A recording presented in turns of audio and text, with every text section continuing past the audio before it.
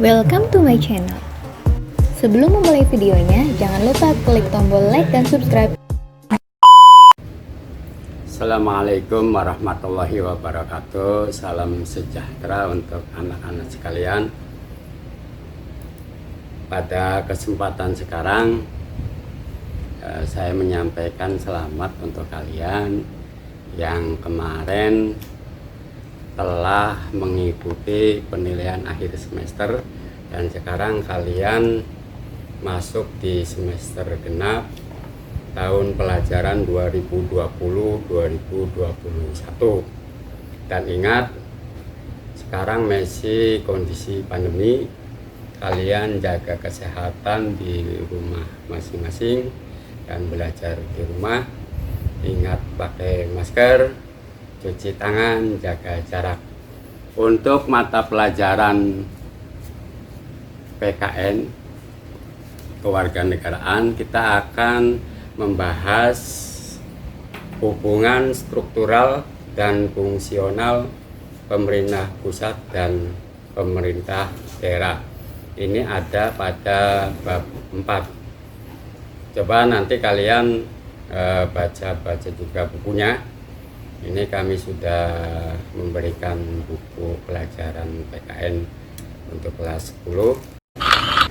Desentralisasi atau otonomi daerah. Secara etimologi, istilah desentralisasi berasal dari bahasa Belanda, yaitu dari kata de yang berarti lepas dan sentrum yang berarti pusat. Desentralisasi berarti sesuatu yang lepas dari pusat.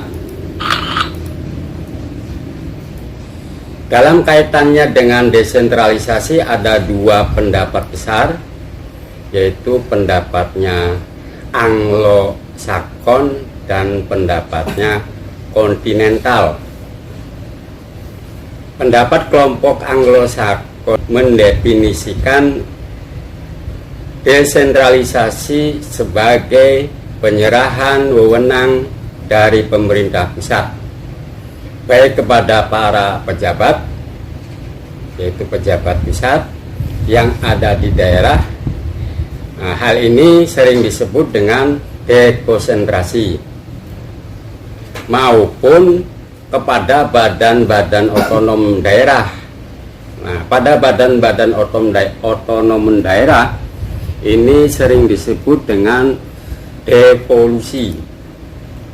Jadi devolusi berarti sebagian kekuasaan diserahkan kepada badan-badan politik di daerah yang diikuti dengan penyerahan kekuasaan sepenuhnya untuk mengambil keputusan baik secara politis maupun secara administratif.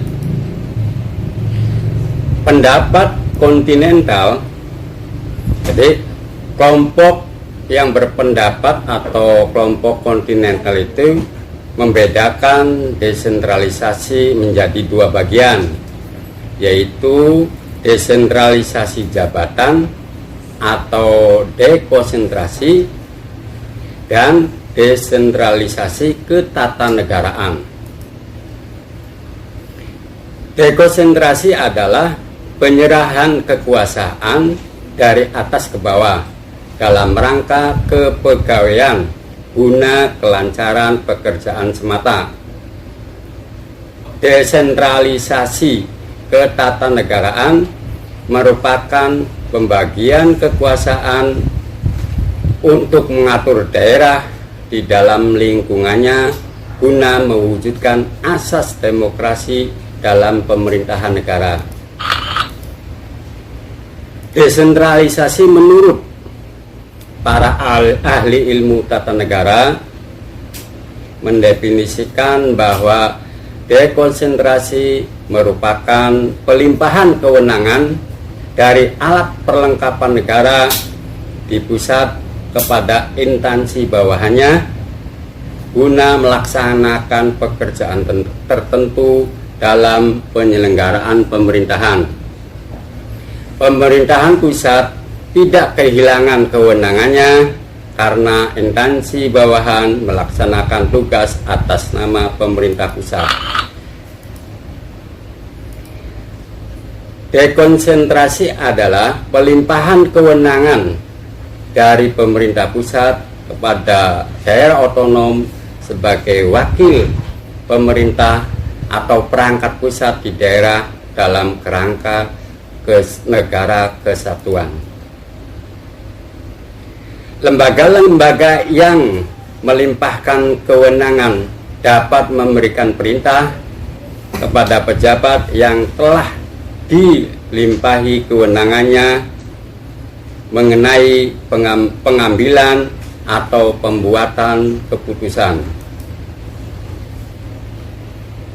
Jadi untuk otonomi daerah, jadi dekonsentrasi, ini berkaitan dengan lembaga dan berkaitan dengan petugas atau pelaksana dari pemerintahan itu sendiri. Bisa dari petugas pusat yang ditempatkan pada daerah atau lembaga-lembaga otonom yang ada di daerah tersebut. Anak-anakku sekalian, kaitannya dengan pembahasan ini sebagai tugas untuk kalian. Yang pertama, berikan contoh pelaksanaan desentralisasi yang ada pada sistem kenegaraan negara kesatuan Republik Indonesia.